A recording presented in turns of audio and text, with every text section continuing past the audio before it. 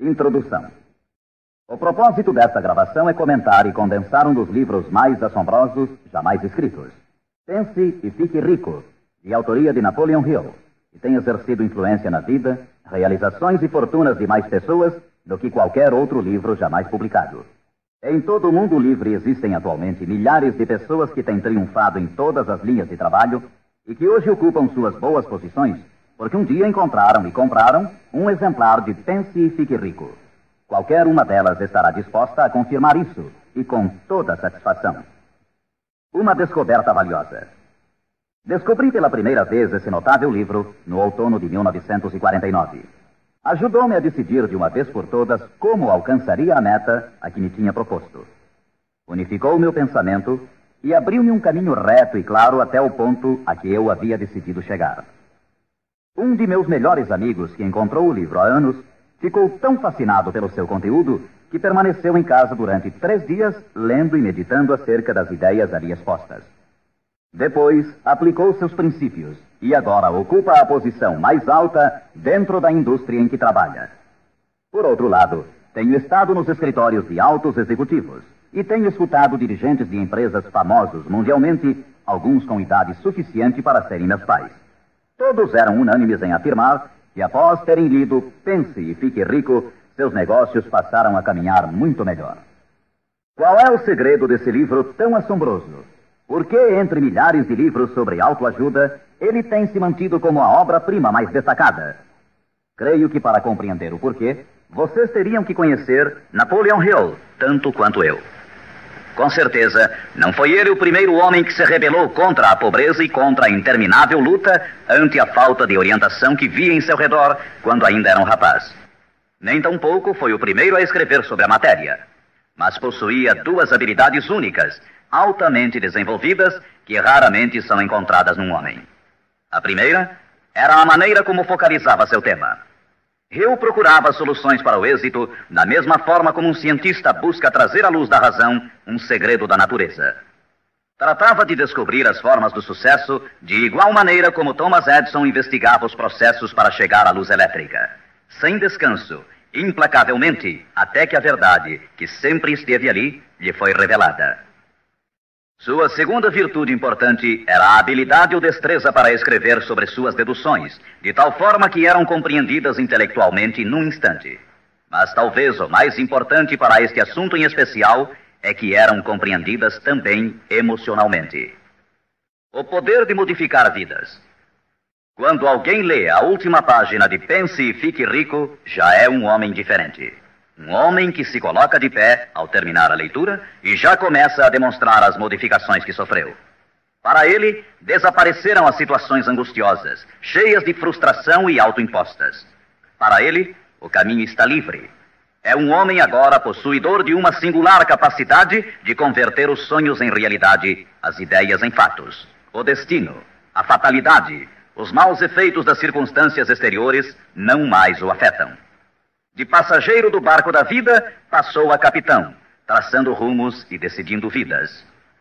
Para entender esse livro, temos inicialmente de compreender a realidade, o princípio ou filosofia que se estende como estrutura básica da obra. A menos que, seja o que for que você construa, esteja baseado na verdade, acabará com a estrutura caída e espalhada ao seu redor, como a armadura dos antigos guerreiros de Homero. O que não é baseado na verdade não pode sustentar-se.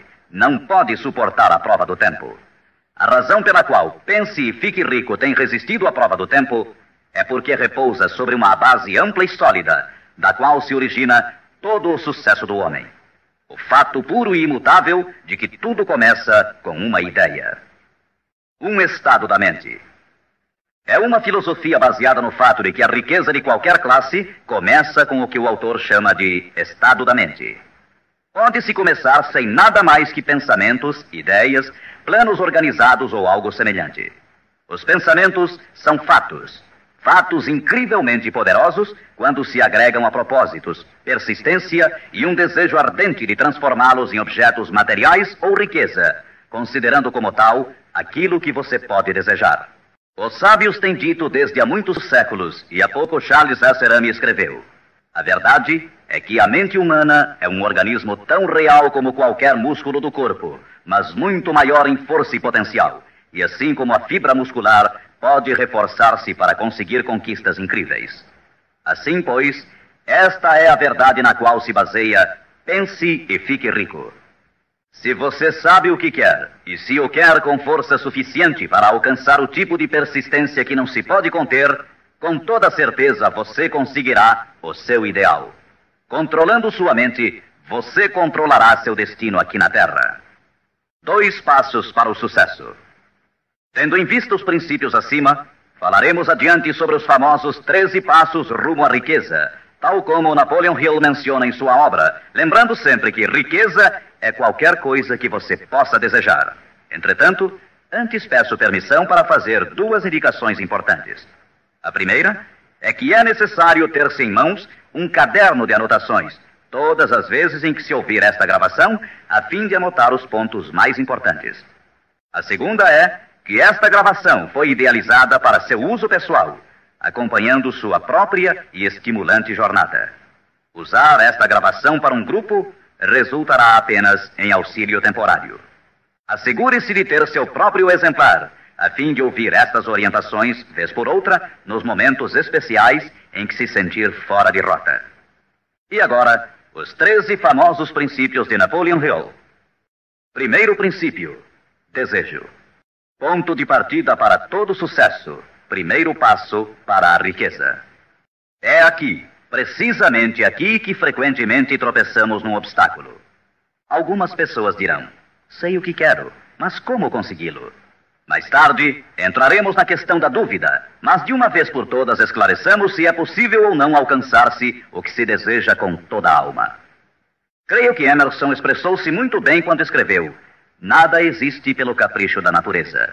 O fato de existir um desejo indica que os meios para realizá-lo existem na mesma criatura que o sente. Em outras palavras, não poderíamos ter um desejo sem que sua satisfação não fosse possível. Cada um de nós tem uma espécie de guia em seu interior, e nossos desejos se modificam segundo nossa capacidade e inclinação. Não importa o que você deseja, se o quer com toda a sua alma. Você o conseguirá, pois é inevitável. O desejo é uma obrigação. Em Pense e Fique Rico, Hill cita um exemplo após outro de que seu desejo ardente nada mais é do que uma espécie de retrato fiel do que você chegará a ser um dia. Portanto, determine agora mesmo e com firmeza o que você mais deseja, porque senão, como disse Helvécio, destruindo o desejo, destrói-se a mente. Todo homem sem paixões não tem em seu interior nem princípio de ação, nem motivo para agir. Uma boa forma de saber se em realidade você tem ou não um desejo ardente é examinar a maneira como procura alcançá-lo. Se você vai atrás daquilo que crê desejar, como se estivesse ensaiando, com timidez, com intenção de ir só se for seguro, não tem absolutamente um desejo ardente. Nunca chegará à segunda base se ainda mantém um pé na primeira. Entretanto, se está disposto a queimar etapas atrás de si, dizendo de uma vez para sempre: isto é o que desejo e o farei de qualquer maneira. Segundo, determine com exatidão o que se propõe a dar em troca do dinheiro que deseja. Não é possível obter-se algo a troco de nada. Terceiro, estabeleça a data concreta em que terá todo o dinheiro que deseja. Quarto, idealize um plano definido para levar a cabo o seu desejo e dê início imediatamente. Quinto, coloque todas essas ideias no papel. A quantidade de dinheiro que deseja, o que dará em troca, a data exata e descreva claramente o plano idealizado. Sexto, leia sua manifestação escrita em voz alta pelo menos 2 vezes ao dia. Uma vez, imediatamente antes de deitar-se à noite, e outra ao levantar-se pela manhã. Enquanto lê, sinta-se, veja-se e creia-se como se já tivesse o dinheiro, ou seja, qual for o seu objetivo. É importante que você siga estas instruções ao pé da letra. Ouça diversas vezes esta parte da gravação até que a conheça muito bem, pois o desejo é o mais importante dos 13 princípios. Este capítulo do livro termina com as seguintes palavras: através de algum estranho e poderoso princípio de química mental, ainda desconhecido, O impulso do desejo é envolvido por algo que não reconhece palavras tais como impossível e não aceita o fracasso como realidade. Segundo princípio, fé. A fé é imprescindível para o sucesso. Você jamais teria pensado em seu desejo principal se a fé não estivesse presente dentro de sua mente. Às vezes, você poderá encontrar dificuldades em ter fé em si próprio, mas tenha a certeza de que encontrará muita fé nesses princípios. Use-os, portanto. Vejamos o que Napoleon Hill diz sobre a fé. A fé é um estado de espírito que pode ser induzido ou criado por meio de afirmações ou instruções repetidas à mente subconsciente através do princípio da autossugestão. Isto significa nem mais nem menos que uma sugestão pode ser implantada por você mesmo, conscientemente, assim como uma autobiografia é uma história escrita por uma pessoa sobre si mesma. Projetando a imagem mental de você mesmo, tendo em destaque seu desejo principal e repetindo tal ação várias vezes, isso resultará na fé de que necessita. A fé é vital para o sucesso. O imperador Napoleão Bonaparte disse uma vez: todo andaime religioso se desarruma como um edifício em ruínas ante uma só palavra: fé. Por sua vez, Goethe afirmava: as épocas de fé são épocas frutíferas. As épocas de incredulidade, ainda que esplendorosas, são estéreis de todo o bem permanente. E como disse Schlegel, na vida real, toda grande empresa começa e dá seu primeiro passo com a fé. Portanto, tenha fé de que pode alcançar aquilo que busca, porque jamais você poderia ter se decidido se não pudesse alcançá-lo. Autoconfiança. Em seu capítulo sobre a fé, Hill oferece uma fórmula para a autoconfiança: repetir-se a si mesmo constantemente. Primeiro, sei que tenho a capacidade de alcançar o objetivo de meu propósito definido na vida. Portanto, exijo persistência de mim mesmo, ação contínua para a execução. E aqui agora prometo executar esta ação. Segundo, percebo que os pensamentos dominantes em minha mente reproduzir-se-ão com o tempo em ação externa, física, e que de maneira gradual transformar-se-ão em realidade física. Portanto, concentrarei meus pensamentos durante 30 minutos diários na tarefa de criar a imagem do que pretendo ser, criando assim em minha mente um retrato mental claro de minha pessoa e em decorrência de meu objetivo. Terceiro, sei que através do princípio da autossugestão, qualquer desejo que alimente com persistência em minha mente buscará com o tempo a maneira, através de meios práticos, para alcançar o objetivo que há por detrás dele. Portanto, dedicarei 10 minutos de cada dia para exigir de mim mesmo o desenvolvimento da autoconfiança. Quarto, detalharei por escrito os objetivos principais e concretos de minha vida, e nunca deixarei de tentar alcançá-los até que tenha desenvolvido a autoconfiança suficiente para isso. Quinto, sei que nenhuma riqueza ou posição pode durar muito, a menos que seja erguida sobre a verdade e a justiça. Por conseguinte, não participarei de qualquer atividade que não beneficie a todos os que dela participem. Terei sucesso em conseguir a cooperação de outras pessoas, bem como em atrair o pessoal desejado. Então você tem realmente o desejo que o conduzirá ao pleno sucesso. Com esse tipo de resolução, você será capaz de levantar-se após os tropeços que lhe sucederem. As únicas pessoas que não cometem erros são as que nunca tentam nada. Os tímidos são como afluentes de um lago. Nunca se aventuram ao mar amplo e profundo. Esses mesmos princípios atuarão sobre qualquer coisa que você deseje. Um lar harmonioso, uma carreira com mais êxito ou mesmo mais dinheiro para cuidar melhor de sua família e prevenir-se para os anos futuros. Para obter sua parte na prosperidade que o espera mais adiante, Napoleon Hill oferece a você a seguir 6 passos práticos e precisos. 6 passos vitais. Primeiro, fixe em sua mente a quantidade exata de dinheiro que deseja. Não é suficiente dizer, desejo muito dinheiro. Seja preciso com relação à quantidade. Existe uma razão psicológica quanto a essa precisão e que será abordada posteriormente. Induzirei outros a servir-me através da minha boa disposição em servir aos demais. Eliminarei o ódio, a inveja, os ciúmes e o egoísmo, oferecendo amor a toda a humanidade, pois sei que uma atitude negativa nunca me trará o sucesso. Farei com que os demais creiam em mim, pois creio neles e em mim mesmo. Terceiro princípio, Autossugestão. Mediante a sugestão repetida, a mente subconsciente pode trabalhar para nós. Já fizemos referências a isso. A autossugestão é a faculdade de ser capaz de concentrar na mente o nosso ardente desejo, até que o nosso subconsciente o aceite como uma realidade e comece a imaginar os meios para realizá-lo. É daqui que provém os impulsos, as súbitas centelhas de inspiração e orientação. Agora resumiremos as instruções dadas no segundo princípio, fé, em relação aos 6 passos, autoconfiança, e as combinaremos com os princípios sobre a autossugestão, constantes no livro Pense e Fique Rico. Primeiro, vá a um lugar tranquilo, talvez na cama à noite, feche os olhos e repita em voz alta para que possa escutar suas próprias palavras, a manifestação escrita da quantidade de dinheiro que se propõe a acumular, ou uma reafirmação cuidadosa do que possa ser sua meta, bem como o tempo limite para alcançá-la, além da descrição do serviço ou mercadoria que se dispõe a dar em troca do que vai receber. À medida que põe em prática estas instruções, imagine-se já possuidor de sua meta. Suponhamos, por exemplo, que você se propõe a economizar em cruzeiros o equivalente a $50 mil até o dia 1º de janeiro daqui a 5 anos, que se determina a prestar serviços pessoais em troca de dinheiro como vendedor.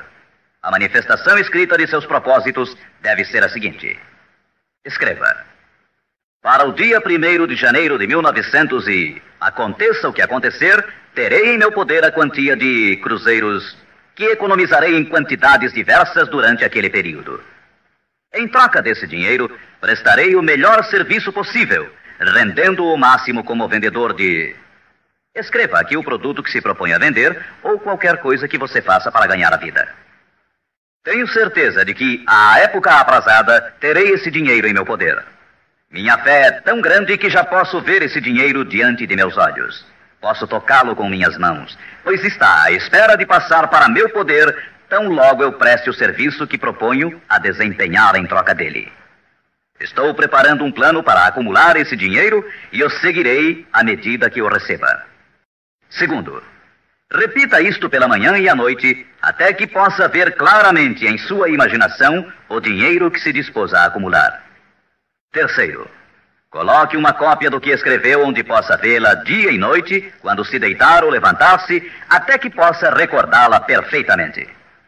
Ao se dispor a colocar em prática estas instruções, você estará aplicando o princípio da autossugestão. Quarto princípio, conhecimento especializado. O integral conhecimento dos detalhes de seu trabalho ou produto é indispensável para alcançar o sucesso. Neste princípio, Hill destaca um ponto muito importante. O conhecimento constitui uma força somente quando está organizado num plano concreto de ação e dirigido a um fim definido. Ele nos diz: antes que você possa estar seguro de sua capacidade de transformar o desejo em seu equivalente monetário, necessitará de conhecimento especializado do serviço, mercadoria ou profissão que se dispõe a oferecer em troca. Talvez você precise de muito mais conhecimento especializado do que tem, ou do que pode adquirir normalmente. Se for essa a situação, poderá resolver o problema mediante a utilização de um sistema que chamaremos de grupo mental. Mais tarde explicaremos do que se trata, mas por enquanto, reconheça que tem de aprender tudo o que possa sobre sua especialidade.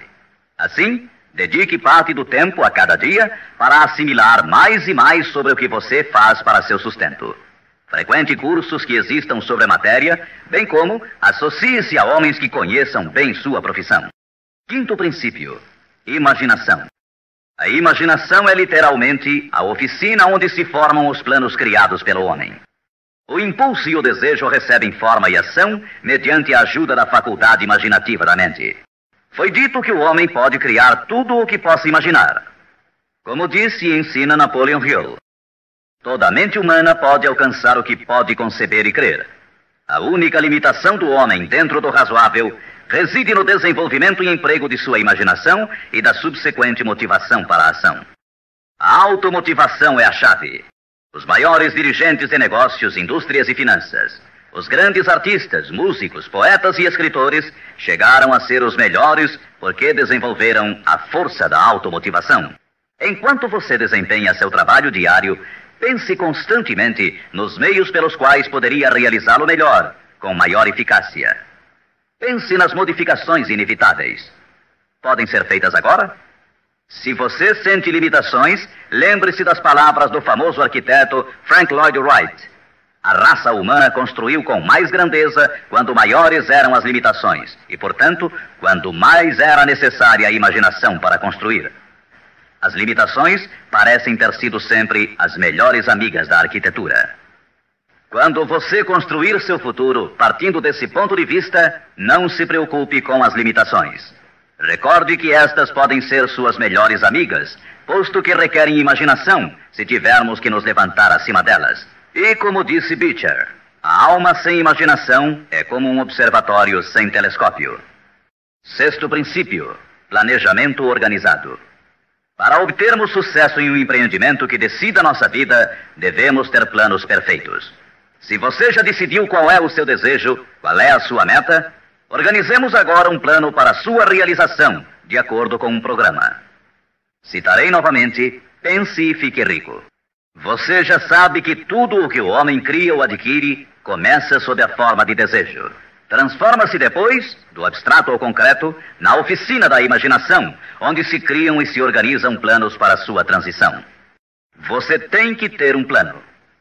Anteriormente, foram lhe dadas instruções para adotar 6 passos práticos e definidos como seu primeiro movimento para traduzir o desejo que você possa ter em seu equivalente físico. Um daqueles passos era a formulação de um plano prático, concreto, através do qual aquela transformação pudesse ser efetuada. Primeiro, alie-se com uma ou mais pessoas, tantas quantas necessitar, para criar e pôr em prática seu plano ou planos para o acúmulo de dinheiro que marcou como sua meta, fazendo uso do princípio da reunião de inteligências. É o grupo mental, e isso é muito importante. Segundo, antes de formar seu grupo mental, decida quais as vantagens e benefícios que pode oferecer individualmente aos membros do grupo que a formam em troca de sua cooperação. Ninguém trabalhará de forma indefinida sem alguma forma de compensação, ainda que esta não seja em dinheiro. Terceiro, reúna-se com os membros de seu grupo 2 vezes por semana, pelo menos, e com maior frequência, se possível, até que tenham aperfeiçoado o plano ou planos para a consecução de sua meta. Quarto, mantenha uma harmonia perfeita entre você e cada membro de seu grupo mental. Tenha em vista 2 fatos. Primeiro, você está comprometido em um empreendimento de importância básica. Para obter sucesso, tem que ter planos perfeitos. Segundo, deve ter a vantagem da experiência, instrução, capacidade e imaginação naturais de outras mentes. Este é o método seguido por todas as pessoas que têm se sobressaído da média. Dedique-se a isto até que tenha um plano formal bem organizado para alcançar seu objetivo. Desta forma, você nunca estará confuso ou pensando no que deve fazer em seguida. Cada manhã saberá com exatidão o que vai fazer e por que o fará. Adquira estas qualidades de dirigente. É neste capítulo de Pense e Fique Rico que Hill nos fala das características que deve ter o homem que dirige. Primeiro, determinação. Segundo, autocontrole. Terceiro, acurado senso de justiça. Quarto, exatidão nas decisões. Quinto, precisão nos planos. Sexto, hábito de fazer mais do que recebe como pagamento. Sétimo, personalidade agradável. Oitavo, simpatia e compreensão. Nono, domínio do detalhe. Décimo, boa disposição para assumir toda a responsabilidade. 11º, sentido de cooperação. O capítulo sobre planejamento organizado é um dos mais importantes do livro. Basta dizer que um homem sem plano é como um barco sem rumo. Não tem para onde ir e sofrerá um desastre quase inevitavelmente. 7º princípio, decisão. A demora, o oposto da decisão, é um inimigo que todo homem tem que vencer. A análise minuciosa de mais de 25 mil homens e mulheres que experimentaram fracassos revelou que a falta de decisão estava na cabeça da lista das 30 causas principais do fracasso. A análise de várias centenas de pessoas que haviam acumulado fortunas superiores a $1 milhão demonstrou o fato de que cada um deles tinha o hábito de tomar decisões com rapidez e lentamente modificá-las à medida que houvesse necessidade de uma alteração. As pessoas que fracassaram em acumular dinheiro, sem exceção, quase sempre tinham o hábito de tomar decisões com lentidão e depois modificavam-nas com rapidez e frequência.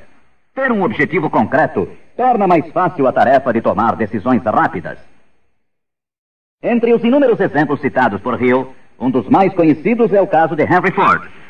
Uma das qualidades mais destacadas daquele industrial era seu hábito de tomar decisões concretas com rapidez e depois modificá-las com calma. Esse modo de ser era tão pronunciado em Ford que lhe deu reputação de obstinado. Foi essa aptidão que o impulsionou a continuar fabricando seu famoso modelo T, o automóvel mais feio do mundo, mas naquele tempo o mais prático, apesar de todos os seus assessores e alguns dos compradores insistirem para que ele o modificasse. Talvez Ford tenha demorado muito em fazer as alterações, mas o resto da história é que sua firmeza de decisão produziu-lhe uma enorme fortuna, sem que fosse necessário modificar o modelo, e seguramente a companhia hoje não está pior por isso. Quando você tiver uma ideia, apegue-se a ela. As pessoas que fracassam, em sua maioria, geralmente se influenciam com facilidade pela opinião dos demais, deixando-se inclinar sem dificuldades. Permitem que os jornais e falatórios dos vizinhos pensem por elas, mesmo sabendo que as opiniões são as mercadorias mais baratas da terra. Siga seu próprio conselho ao colocar em prática os princípios aqui descritos, tomando suas próprias decisões e seguindo-as. Não faça confidências a ninguém, exceto aos membros do seu grupo mental, e tenha muito cuidado na seleção desse grupo, escolhendo somente aqueles que simpatizem e harmonizem totalmente com seus propósitos. Os amigos íntimos e familiares, ainda que isto não signifique que o façam constantemente, atrapalham com suas opiniões, e às vezes por causa do ridículo.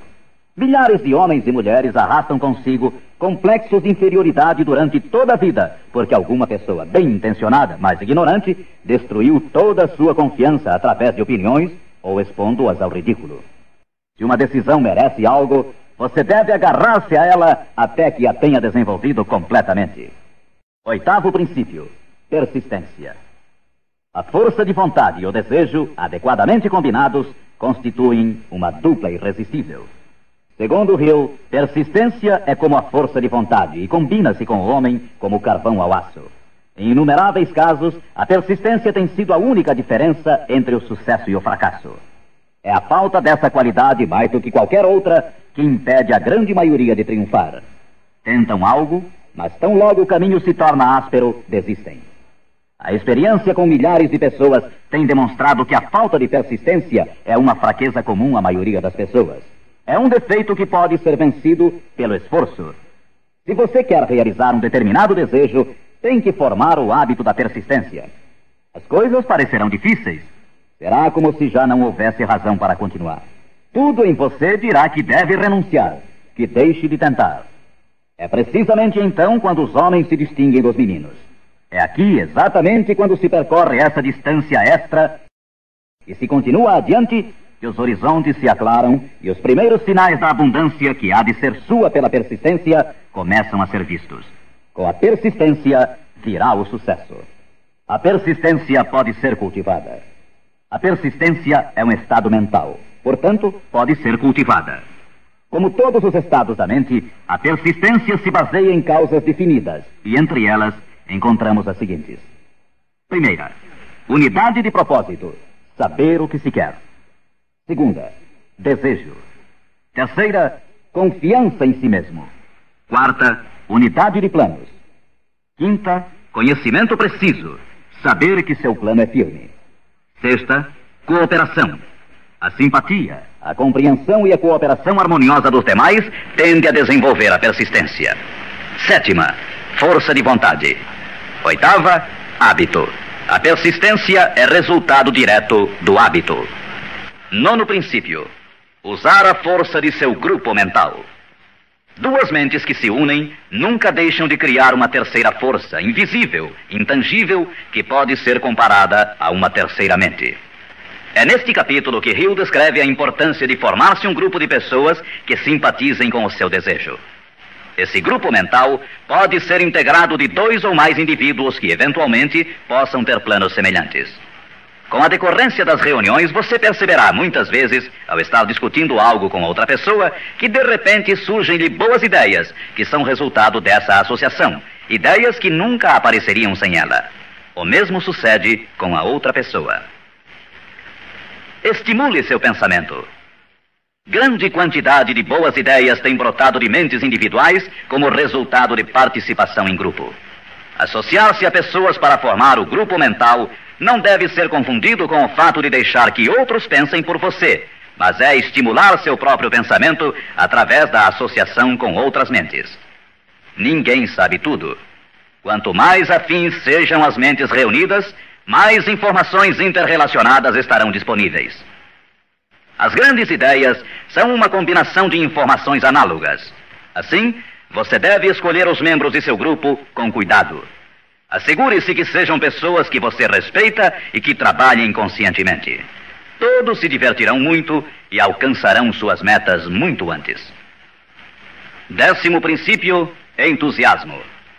O entusiasmo provém da canalização de todas as energias corporais em termos positivos e louváveis. É neste capítulo que Napoleon Hill descreve a importância da mulher. A mulher que quase sempre auxilia o homem que luta pela consecução de metas meritórias. A opinião de Hill é de que praticamente todo dirigente é homem cujos êxitos foram inspirados em grande parte por uma mulher. Quando as coisas andarem mal, e pode estar seguro que isso ocorrerá em algumas ocasiões, você ver-se-á abandonado até pelos que você pensava que eram seus amigos. Mas se você conseguiu uma boa mulher, nunca estará só.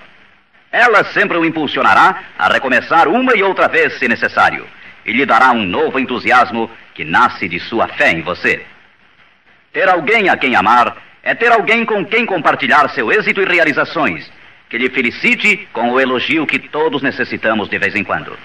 Um homem pode chegar a triunfar sem sua esposa e sem filhos, mas a plenitude da alegria se obtém através deles. Cuide de sua esposa e filhos como de seu maior tesouro. 11º princípio, a mente subconsciente. A mente subconsciente consiste em um campo de consciência no qual são classificados e registrados todos os impulsos do pensamento que chegam à mente objetiva através de qualquer dos 5 sentidos. Da mente subconsciente, você pode aproveitar ou tirar os pensamentos como quem tira cartas de um arquivo. Ela recebe e arquiva impressões sensoriais ou pensamentos independentemente de sua natureza. Você pode semear à vontade em sua mente subconsciente qualquer plano, ideia ou propósito que deseje traduzir em seu equivalente físico ou monetário. O subconsciente atua primeiro sobre os desejos dominantes que se mesclaram, como as emoções, como a fé. Sua mente subconsciente trabalha dia e noite.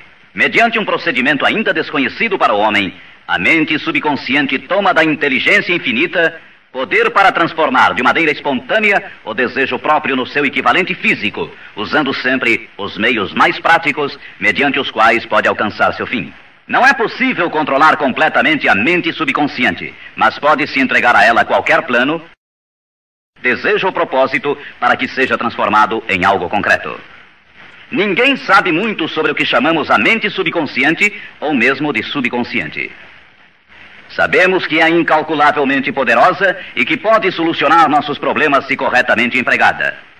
A melhor forma é manter na mente consciente, tão frequentemente quanto possível, uma imagem clara de si mesmo, como se já tivesse alcançado a meta desejada.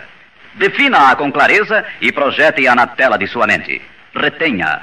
Veja-se fazendo e tendo as coisas que obterá depois de alcançado seu objetivo.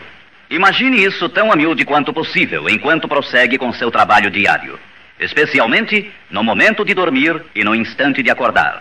Assim, seu subconsciente começará a conduzi-lo pelos caminhos mais lógicos para o objetivo que imaginou. Não lute contra ele. Siga seus lampejos repentinos, as ideias que venham à sua mente. Esteja seguro que é seu subconsciente tentando chegar à sua mente consciente. Se você prosseguir assim, ficará surpreso e encantado com as ideias maravilhosas que parecerão brotar do nada. As vidas dos grandes homens e mulheres que parecem milagrosas para as pessoas normais não são mais do que a expressa satisfação de seus ardentes desejos através de sua mente subconsciente. No princípio seguinte, falaremos mais sobre o 6º sentido, que parece controlar a vida dessas pessoas, mas somente dos que souberam condicionar sua mente subconsciente. O tempo não significa nada para o subconsciente. Um homem poderia trabalhar com firmeza em seu labor durante 40 anos e não conseguir alcançar o que é possível em 3 ou 4 anos, mediante a aplicação adequada desses princípios. Sua mente subconsciente não pode permanecer ociosa. Se você não implantar desejos dentro dela, quaisquer ideias que surgirem como resultado de seu descuido servirão de alimento para ela. Lembre-se que você vive no meio de todo o gênero de impulsos e pensamentos que chegam a seu subconsciente sem seu conhecimento. Alguns desses impulsos são negativos e outros positivos. Você deve evitar os impulsos negativos e ajudar a influenciar de maneira espontânea sua mente subconsciente mediante impulsos positivos de desejo. Quando conseguir isso, terá a chave que abrirá a porta para o subconsciente. Bulwer escreveu: o homem que triunfa sobre seus semelhantes é aquele que muito breve na vida discerne com clareza seu objetivo e caminha para ele com todas as suas forças. Inclusive, o próprio gênio não é mais do que a observação minuciosa reforçada pela consistência do propósito. Todo homem que observa atentamente e atua com firmeza converte-se inconscientemente em gênio. Há que se notar que foi dito inconscientemente. Saiba o que quer. Decida de uma vez por todas o que haverá de ser seu. Mantenha-se firme em seu rumo, impulsionado pela fé, e seu subconsciente fará o resto. 12º princípio: o cérebro. O cérebro possui a força mais maravilhosa, milagrosa, de maior potência que o mundo já conheceu. Se você tivesse acesso a toda a riqueza do mundo e pegasse apenas uma moeda, estaria fazendo mais ou menos o que muito provavelmente tem feito ao usar seu cérebro. Nada é mais lastimável no mundo do que a incompreensão da maioria das pessoas com relação ao potencial de seu cérebro e das mentes consciente e inconsciente, às quais está acoplado. Sua própria central elétrica. O número de linhas que ligam entre si as células cerebrais é igual ao algarismo 1, seguido por 15 milhões de zeros. Calcula-se que existem de 10 a 14 bilhões de células no córtex cerebral humano normal. É inconcebível, pois, que esta intrincada maquinaria deva existir com o único propósito de manter as funções físicas inerentes ao desenvolvimento e manutenção do corpo físico. O cérebro é o mecanismo que nos deu o avião supersônico, os satélites artificiais, os foguetes que adentram no espaço exterior, as artes, as ciências, etc. Tudo o que hoje sabemos, usamos e usaremos no futuro, tem saído desta pequena massa cinzenta que todos nós temos. Pode você duvidar, ainda que por um momento, de que pode trazer a você e aos seus o que quer que deseje aqui na Terra? É evidente que não conseguirá se admitir que sua força é como a de uma pessoa que deixa de agir, como aqueles que nem sequer pensaram nisso alguma vez. Deixe para o cérebro o trabalho que você decidiu realizar e veja como ele o executa. 13º princípio: o sexto sentido.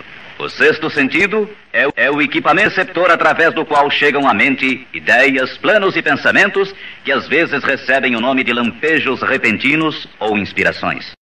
O sexto sentido pode ser descrito como sendo o sentido através do qual a inteligência infinita pode e efetivamente se comunica com o indivíduo de maneira espontânea e sem esforço algum por parte deste.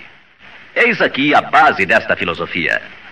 Só pode ser assimilada, compreendida e aplicada depois de dominados os primeiros 12 princípios. O sexto sentido é aquela parte da mente subconsciente que nos referimos como imaginação criadora e desafia qualquer descrição.